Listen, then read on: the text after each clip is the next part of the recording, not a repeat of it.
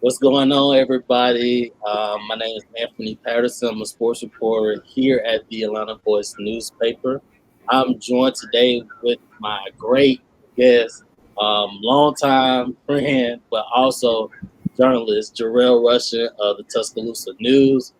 He can correct me if I say this wrong, but he is Alabama football high school sports reporter.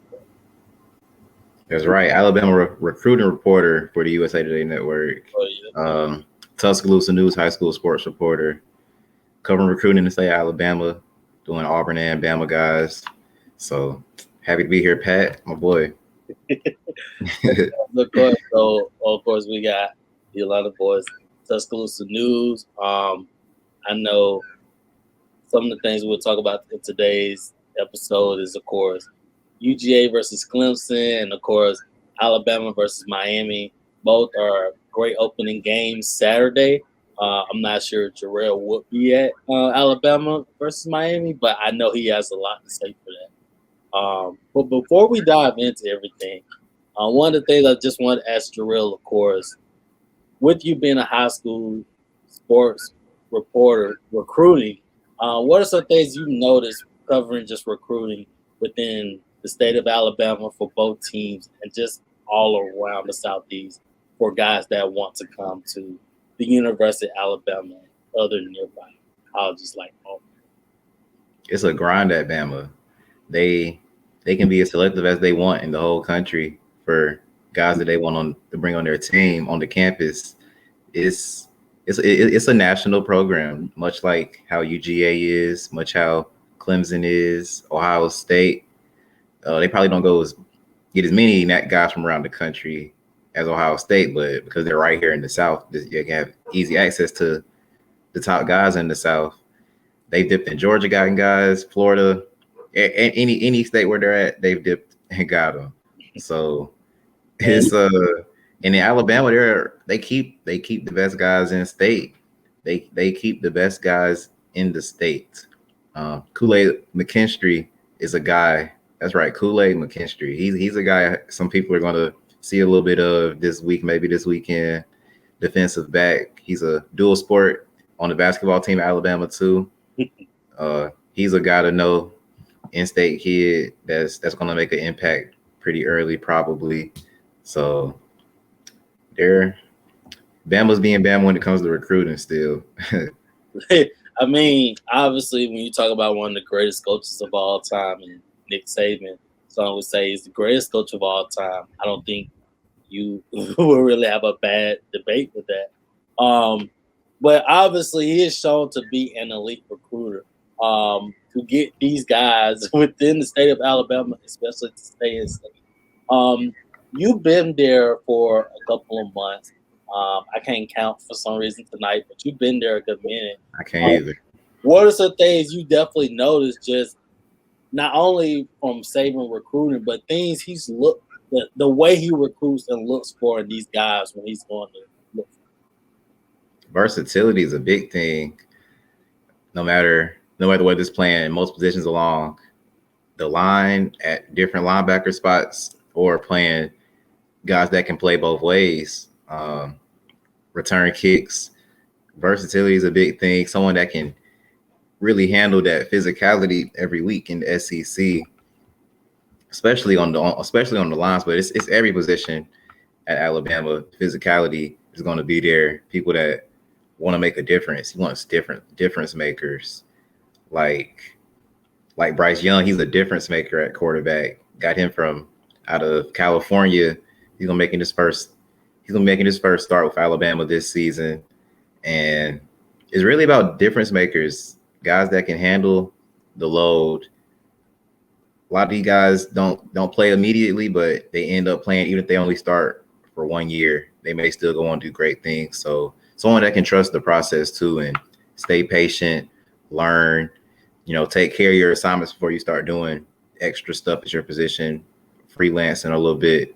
Those type of guys that Nick Saban Alabama wants. Yeah, a lot of these guys. I mean, you speak about versatility. I know one thing that's important with these guys. I mean, just in general, like you see a lot of guys in high school. I mean, they literally play both ways. They play offense, they play defense. You're talking about wide receiver, cornerback, safety, sometimes even running back. These are guys that they look for as well, not only at Alabama but at other schools as well. Another question I had, and we'll ask a little bit more before we jump into, of course, the meat and potatoes of this. Um, with the high school recruiting, especially especially again in Alabama in the Southeast, a lot where Nick Saban loves to go get these guys. Who are some other names that we need to know about that we may just forget? Because again, it's a lot of recruits out. Well, one that what you probably won't forget is Jeremiah Alexander out of Thompson in Alabama. They're the reigning two-time state champions in the highest classification here in Alabama, 7A. He's been making plays since he was an underclassman. Now he's going into his senior season. He's a person that is going to be a name to know. Going to be terrorizing quarterbacks again this season. We're 2 weeks through in high school, Alabama, here for 2021. He's committed to Alabama. I believe he's the number 11th ranked prospect in the country, defensive lineman. Emmanuel Henderson's a running back from South Alabama, Southern Alabama that's committed to Bama. Bama always has a stable of running backs, but he can be one that can make a difference if he comes in and is who he is and knows the playbook in and out and the assignments in and out. He's a guy after Brian Robinson is gone, who's going to be starting this year for Bama, to know. Jake Polk out of Beaufort, Georgia, safety commit to Bama for 2022. He made, I believe, Beaufort's in 7A down in Georgia. I can't remember, 7 or 6A. Say just a little bit of classification, but we'll dive into that just a little bit too. Yeah, there's 6A, I believe. He made the game-winning play in the state championship last year. Punched out the fumble on when, who was it? Lee County was about to punch it in and win the state championship in overtime. Mm-hmm. Yep. He punched it out, and he goes both ways for Beaufort. He's a guy to look out for. He's about and that kid returns kicks and can do it all. And he said, he'll have the chance to do that at Bama if things go right. Of course. Literally can't miss some of these guys, especially Pope with Beaufort. Beaufort is literally one of them. It's like a Georgia team that is always going to be in the championship each year or a championship contender. Right. When we also talk about high school sports, Alabama and Georgia has been getting some matchups early on in the high school football season. Just to give you a timeline, Hoover played North Gwinnett in the Corky Classic, and they won big. I'm talking about they won big. They also hosted Alpharetta the next week, and they won big over them. You have Peach County, who from Central Alabama, who traveled down to Peach County, and they gave Peach County the work. So right now, Alabama high school sports are really feeling themselves, beating some Georgia teams.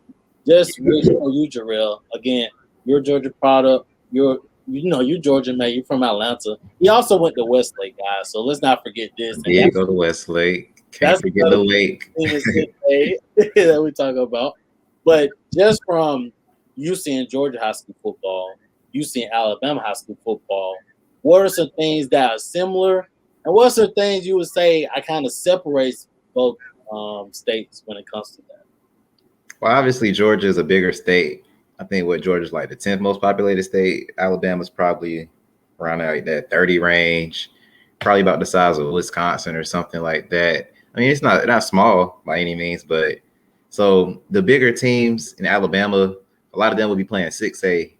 In Georgia, Thompson will probably still be playing 7A if I'm right on that. But it's a lot of talent. Alabama. It's probably more than I even expected.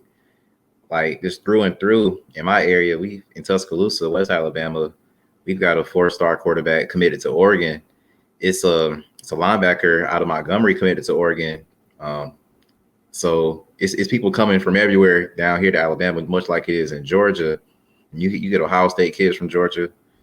Uh, you get guys from, I believe even the USC may have even have some Georgia guys on their roster, if not this year, then maybe in other years. But so that's the biggest difference I see is the size. I think some teams, like you said, like Hoover, match up really well with some of the best teams in Georgia. But it's talent in both of those states. I say probably South Alabama and maybe the Birmingham area, maybe like what Gwinnett County, Cobb County around Atlanta is. That's probably a good comparison there. Okay. Yeah. I mean, we could literally go out there with asking sports. I don't want to do that to you. Well, yeah, you literally have some teams in Cobb County. I know right now you have North Cobb beat up on Milton. 7-8 teams that are pretty good. Actually, they literally played on national television this past week. So that was a big televised game. And what's crazy is that North Cobb lost to Buford in the first game of the season in the Corky Kell Classic at home. So Yeah.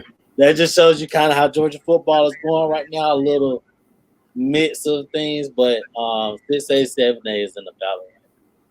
Now, the most important thing, and I think the most thing Jerell probably wants to talk about on this is, of course, Alabama versus Miami at Mercedes-Benz Stadium Saturday in the Chick-fil-A kickoff game. We're going to start at this. With Alabama having to reload coming into this season, playing a Miami team who has been talking a lot. They have been talking a lot. They think they will upset Bama. A lot of teams feel that way this season. They feel it's their way. What are your expectations just for the Tide going into the first game of the season? Well, it's going to be that a lot of teams have been talking, but it's going to be about Miami focusing on what they can do. A big key is going to be starting fast, much like it's a key for Miami. That both teams need to start fast to get themselves the best chance at winning. Probably Miami more so than Alabama, is because of the depth and the talent. But Alabama's working in Bryce Young. It'll be his first start. It could be something like, I can't remember what year it was that I believe it was Cooper Bateman that started for Alabama. His first start was in the kickoff game in Dallas, I believe. I may have that wrong, but who was that? Cooper Bateman. I think it may have been like 2015 when Jake Coker eventually ended up taking the reins. But I don't think they'll give Bryce Young, free range like how Mac Jones did at first. I think they'll want to ease him into it. He's a second-year quarterback, second year in college. Mac Jones was, I believe, a senior last year, and he had sat behind Tua Tagovailoa and Jalen Hurts for multiple years. And so I think it'll be a little bit of a slower pace moving him into giving him full reins. But I mean, if he can handle that right away, then who knows? Maybe he'll get it ASAP like Mac Jones did last season. But so it'll be interesting to see how he does his first game against a solid Miami defense. Solid Miami defense. It's not. I don't think Miami has an Alabama level defense or a Georgia, Clemson level defense, but one of the best ones outside of those three, I believe, in the country. So that would be a big key for Alabama, is seeing how they can move the offense against them, relying on Brian Robinson, Trey Sanders, and the running backs, and that old offensive lineman. You see, you named some guys. One guy I'm surprised you missed is John Mechie III. He's a returning wide receiver. Of course, him. For Bama. And you kind of went into this, so I'm going to kind of let you go on this. Who are some key players for this team, not only in this game, but for the season? We obviously know Mechie III. He's an important player. But who are some other guys that you're taking a look at, both veteran and young guys that may get the opportunity?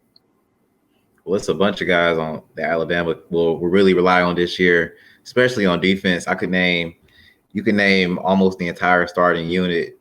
But to give you a few guys, you've got Will Anderson at linebacker, could be one of the best players in the country this season. You've got Henry Toto from Tennessee, the transfer linebacker, going to be man in the middle of the defense. You've got LeBron Ray, who's looking healthy after he had a health hiccup in training camp. I believe it was a groin injury, but he's ready to go for opening week. Nick Saban said today, Wednesday. Secondary is deep. Malachi Moore, Josh Jobe is going to be kind of that guy they probably look at as this year's Patrick Surtain to be the number one guy. Jordan Battle, I may have said him already. Kool-Aid McKinstry may get some action with the ones maybe down the line if that's how he progresses, but he'll probably be with the second unit. But it's a lot of guys that Bama has this year on defense, which is why it could be one of the best Saban Alabama defenses in quite some time, which isn't good for Miami necessarily with De'Aaron King and them, but defense and Mechie, those are some of the guys to watch this year. Okay, because we know the Tide is known for the offense, especially innovative offense.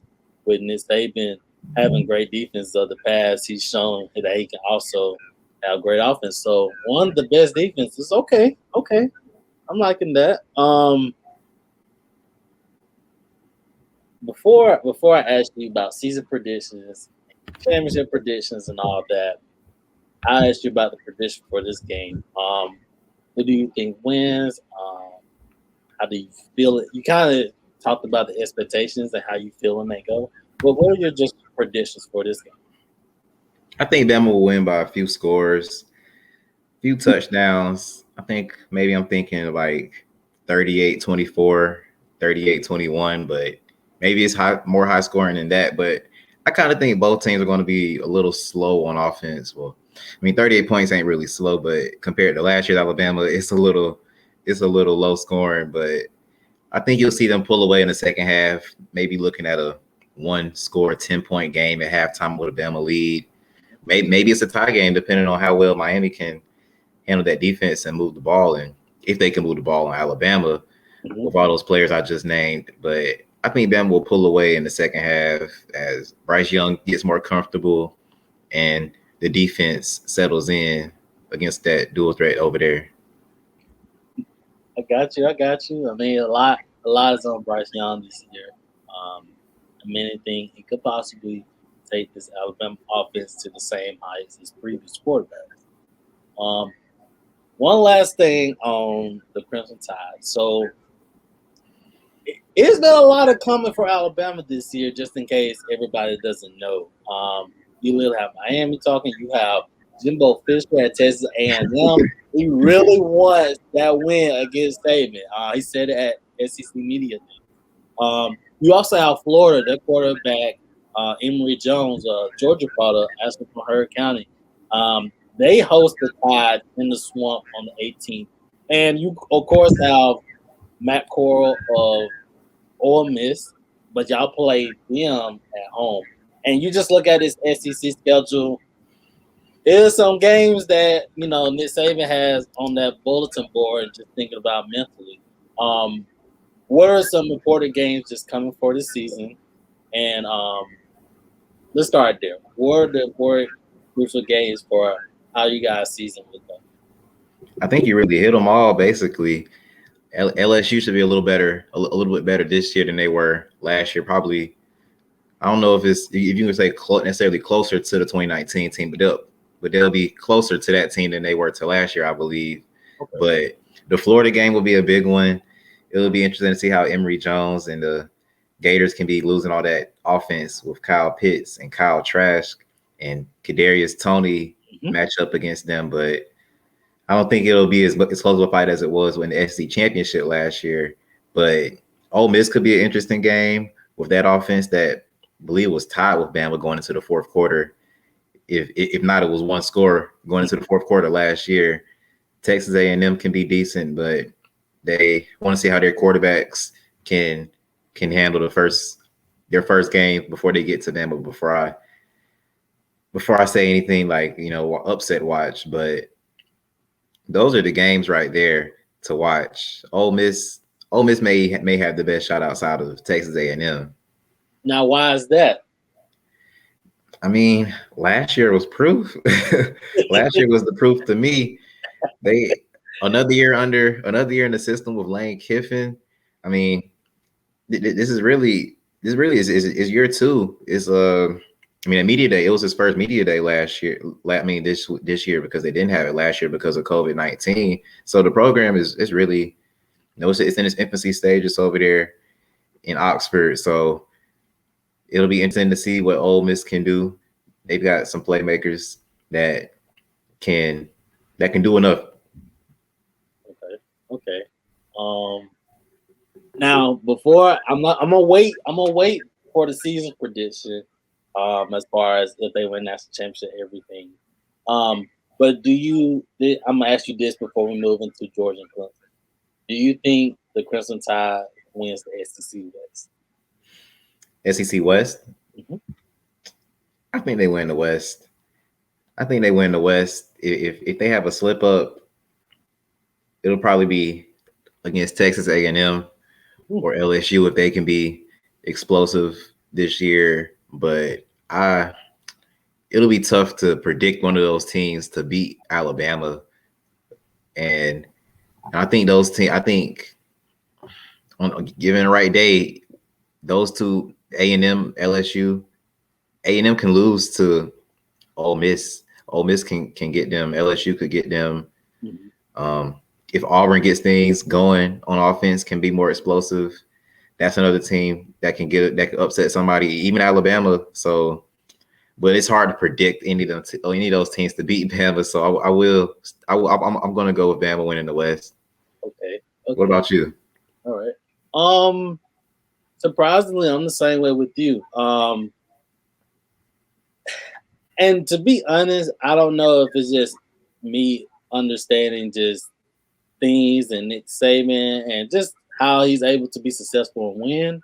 But my thing is, when we're talking about winning the West, I feel like it is one of those things where if it's not Alabama, it literally has to be a team where you know for a fact in and out that they're just the best. It's just one of those years. Like LSU, when they beat Alabama that year.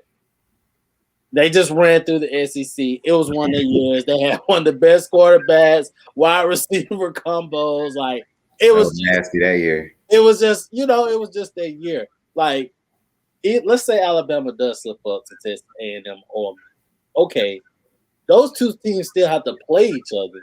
And if they slip up, Alabama more than likely beats the other one, I just feel like when we're talking about the West, I'm not sure if everybody's just there yet. Now, of course, with going into the season with COVID protocols, of course, the SEC basically saying if your team has to forfeit due to COVID, and that would be a loss, and the other team is the W, and that whole different dynamic.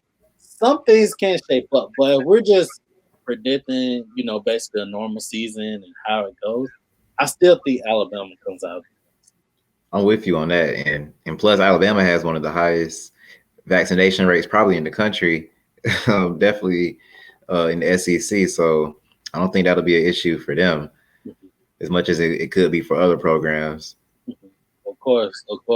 Speaking of other programs, you have an SEC opponent in the Georgia Bulldogs. They'll be taking on the ACC powerhouse in the Clemson Tigers this Saturday in Charlotte at Bank of America Stadium. Neutral site for both teams. I would say for both teams for the most part. They're not too far from each other. No. But you have, of course, quarterbacks with JT Daniels, DJ Onwuzurike. I believe that's ours. But looking at that game as well, I know after Alabama probably beats Miami and it goes off, everybody's going to be tuning into that game. What are some things you're looking for in that game? I want to see these defensive lines against the other offensive lines both ways. I think both defensive lines are better than the other team's offensive lines. So I want to see how DJ Uiagalelei handles that pressure from Jordan Davis and those guys over there on Georgia's defense. And same with Clemson. against Georgia. But um, another key is how they handle the pressure. The quarterbacks, like I said, Daniels, he finished the season really strong, helped Georgia come back against Cincinnati in the Chick-fil-A Bowl when that didn't look when that didn't look likely. But I want to see how he comes out. A lot of people are saying if he can play how he did come down the stretch and improve on that, he can be a Heisman contender. So I want to see if that was more so a thing of catching fire, or that more so what Georgia and him can do on offense. And Clemson is a good test for that after they had a down year to their standards on defense. What about you? Of course. We were on a media call with Kirk Herbstreit, ESPN today. And he'll be calling the game Saturday, of course. And one of the things he spoke about was kind of similar to what you said about Miami and Alabama playing. Those teams get off the fast starts and how the game goes for them. I think the same way that will be critical of how it shapes up. Ultimately, and it's weird because he said all this, and I'm just thinking to myself, wow, that's exactly the same thing. But I think the most important thing too is that for Georgia, the most important thing for them is Kirby Smart is a deep. Oh, his thing is defense, so he's going to want to always stop the run, and he want to create havoc on the quarterback. So early on in this game, if the defense is able to make Clemson one dimensional, not even early, but just in this game period, that is an advantage for the Bulldogs because that puts the Tigers at a disadvantage, and Georgia has them where they want to. For Clemson, it's literally about, like you kind of said, putting them in pressure situations because Georgia has a lot of people return on defense. So will will have to step up and make plays. And DJ, he's a great quarterback. He's a dual threat. He can extend some plays. He can create a lot of headaches for defensive coordinators around the country, including Georgia. But I think those are some of the keys in the game. Because when you have Clemson, who has an offense like that, you have Georgia with the offense, who many are expecting to just be a really dominant offense. These are some keys that are going to come down to the game. Yeah, and Clemson also. I mean, they're without so many people we're used to seeing over there. Trevor Lawrence is gone. Travis Etienne's gone. I mean, Travis Etienne, if I'm not mistaken, is the ACC's leader in all time touchdowns or rushing touchdowns. I believe so. Yeah, like man, that's why that's gonna be different going into an environment like that. Probably Charlotte's biggest kickoff game ever. Two programs like that. That's gonna be a loud environment right there. Of course. One thing before I ask you to make a prediction on this game, what advantage do you see for Clemson in this game? Is it on defense, offense, special teams, or is it something different? I think it's the quarterback. Even though JT Daniels is one of the most proven quarterbacks in the country, DJ Uiagalelei, he helped Clemson get the OT against Notre Dame, who I know didn't put up the best fight in the college football playoff, but routinely one of the best top 10 programs in the country. That wasn't a bad team. Notre Dame isn't a bad team. That was probably the most impressive thing I saw out of him last year. So I believe that watching Trevor Lawrence, seeing how he ran the offense that year while getting a start and some good playing time in some games last year. I think that's the advantage. I mean, the kid was one of the highest rated players in the country when he came out in the class of 2020. So, I mean, Daniels has the experience at USC last year, but I think, that's a big advantage right there. Okay. All right. I haven't heard that one. Okay. All right, let's see. So I'm gonna ask you this.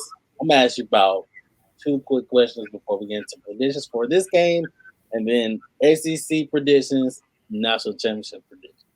So, first question, of course, is I'm gonna ask this one first. Who do you have winning Clemson versus Georgia? I got Georgia winning this one. I think it'll be tightly contested. I'm talking like a 10-point, one possession, one score game.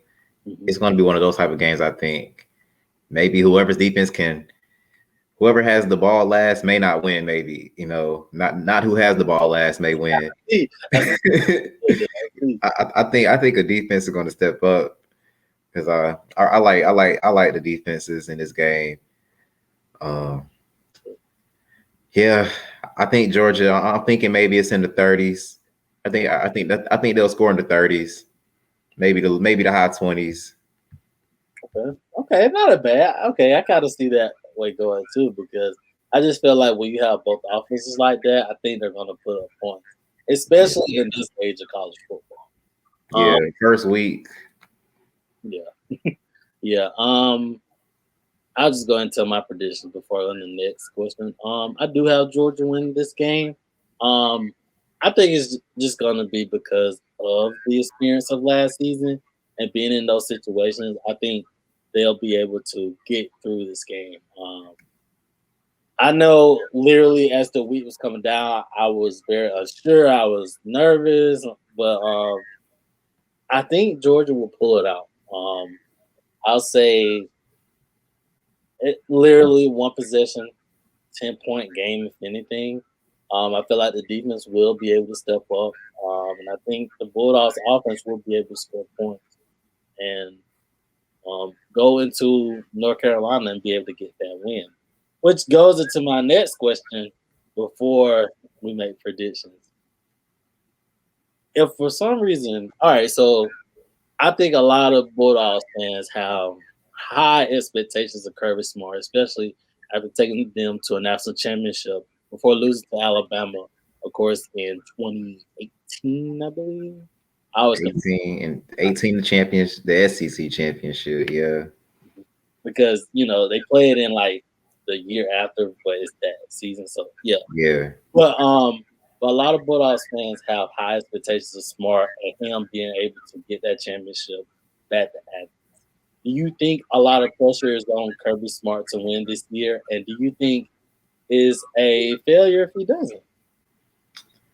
I think this is what I think. I think this first game against Clemson can be obviously not as big if they were to go to the championship, meet Alabama there, and beat them and win a championship. But this game against Clemson, this will be the biggest win in the Kirby Smart era, in my opinion. Really? I mean, over the Rose Bowl, Oklahoma, first time there. Okay, yeah, that's a. But this is a better program than Oklahoma. Explain what you mean by that. I say so. I mean, obviously, it's not a bigger win than the Rose Bowl, but it's more impressive, or maybe it says more because type of program Clemson is, powerful in the trenches, like Alabama, who Georgia hasn't been able to beat in quite some time. Definitely not under Kirby Smart. I mean, this will be a huge start for the season. Now, Georgia has had, it seems like almost every time Georgia has, a nice win, something, unfortunately for them, falls apart. Like, let's think a couple of years ago, South Carolina beat them. Mm-hmm. I think when they may have, I only think Georgia scored over 20 points that game. I don't think Georgia can afford any offense that looks like that this season if they want to win a national championship in this era of college football. So if they can score points, if they can do that, they have a good chance. But it's hard to say. I mean, maybe if everything goes right, but I think in some ways they have less questions than Alabama because JT Daniels finished so strong, but Alabama probably has more potential with Bryce Young on offense and the weapons like Mechie, Billingsley, Brian Robinson. It's a great chance Georgia makes the playoffs. But I don't know if they'll win the championship. I don't view it as a failure because if they can beat Clemson, and win the SEC championship over Alabama, I think that's a step forward. I think it's going to be really tough for them to knock off Nick Saban and Alabama. Honestly, I mean I know Georgia fans are hungry, but it's a dynasty going on the other side of the Georgia Alabama border over there. I feel it. I'll just say this, and I'll try to say this quickly before we get down to it and wrap it up. I know Georgia fans each season have, they just want the championship, man. I mean, 1980, we get all the jokes, and then 2018, Devontae Smith, it's wide open end zone tour. We get it. But I literally think with Georgia, I don't think the expectations on Kirby Smart to win this year. I think it's really just a matter for Georgia. It's not if they will win the championship. It's a matter of when. Because at the end of the day, Kirby Smart has proven he can win big games whether people want to believe it or not. Yes, he hasn't beat Alabama, but the record shows he wins against top opponents. I think the only thing he may struggle against is like SEC West regular season opponents sometimes, or it's a little shaky. But even then, he's shown he can win against programs. He recruits at a high level, like Nick Saban. I mean, he literally steals some players from Alabama in these top programs. George Pickens. Literally, George Pickens is a big one.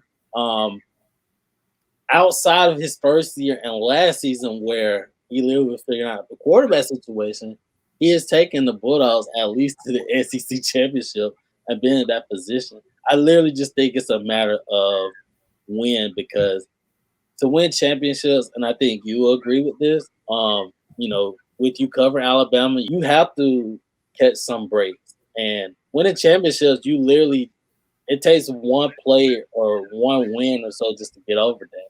And just because a team hasn't necessarily got there doesn't mean they're not going to win. I think for Georgia, it's just a matter of winning. Yeah, this is a great chance for them, having that security at quarterback who looks like the most dynamic quarterback that they've had under Smart that's starting for him. So this is a great. This is a good chance. This is a good chance for them. Okay. All right. Two most important questions: SEC championships. Actually, who is the SEC champion this year? Which two teams are playing in it? Who's the champion? It's the two teams we've been talking about today. It's Georgia and Alabama.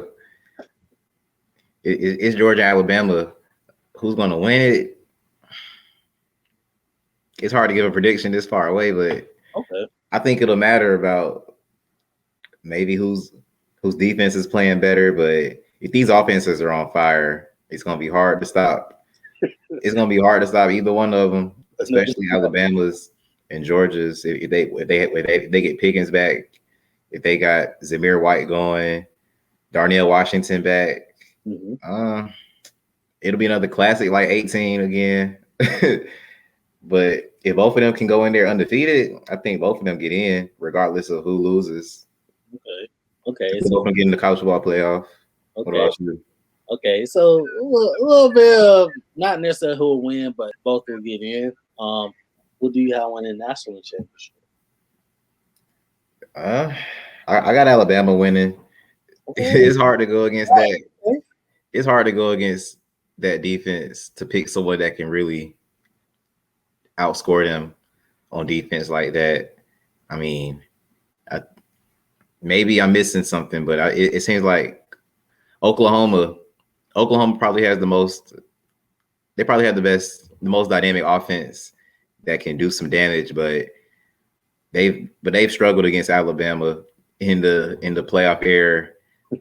They haven't really had a great performance since they played Georgia in 2017 in the playoff. So I don't know. If they could pull that upset off against Alabama, but if it's not them, I'm thinking it's Georgia that can do it. Interesting. Okay. All right. I know Georgia fans are tired of hearing that. It could be, but they're very tired.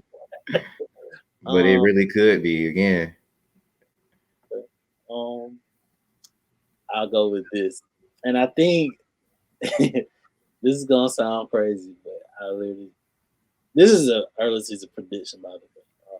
Sometimes mine are just wrong, and I don't know why I'm talking sports, but we're gonna go like this. I think Alabama and Georgia meet in the SEC championship game. I think Alabama wins, and people are mad because they say Kirby Smart can't beat and save it, and the former assistant records goes up, and nobody can beat and save it. But I do see those two teams meet in the national championship game. Again. I can see that.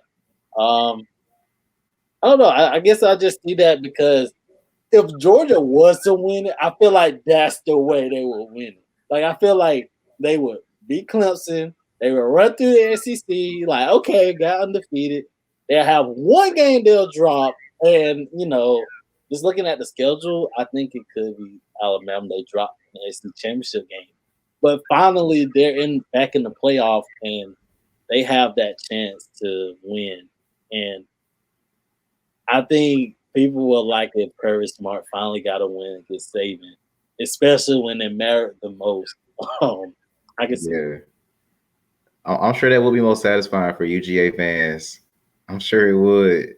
Yeah. But we got to see. They got to take care of Clemson first before they can start thinking about that. This is true.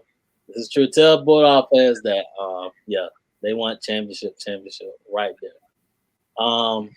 But yeah, that wrap it up for the most part. Jerell, of course, tell people where they can follow you, follow your work, and just anything else you want to add before we just break it down. I'm just excited for college football season. We are finally here. It's gonna be crowds, man. It's gonna be crowds, big crowds. But you can follow me on Twitter at JerellRushin _ on Twitter, Jerell Rushin. Follow my work at the Tuscaloosa News, inside the USA Today Network's sites in Alabama, the Montgomery Advertiser as well, the Gadsden Times, and Times and USA Today Sports. Okay. All right, y'all heard. I mean, y'all might as well go ahead and follow him. I mean, he's gonna be covering guys that Georgia and Alabama are gonna play against or recruit against. So go ahead and follow him. Of course, if you guys want to follow me at ANFPAT _. Follow the Atlanta Voice newspaper, and that's at the Atlanta Voice. That's on Instagram and Twitter as well. Jerell, again, we appreciate you coming on to talk sports. Good luck this season. Have fun this season, and let's see how things turn out. Let's see. Maybe we'll see each other in the SEC championship game in Atlanta. Have fun in Charlotte. Hey, it's gonna be an environment. We're gonna try to, man. I'm too anxious for it. All right. Good luck. All right. Good luck to you as well.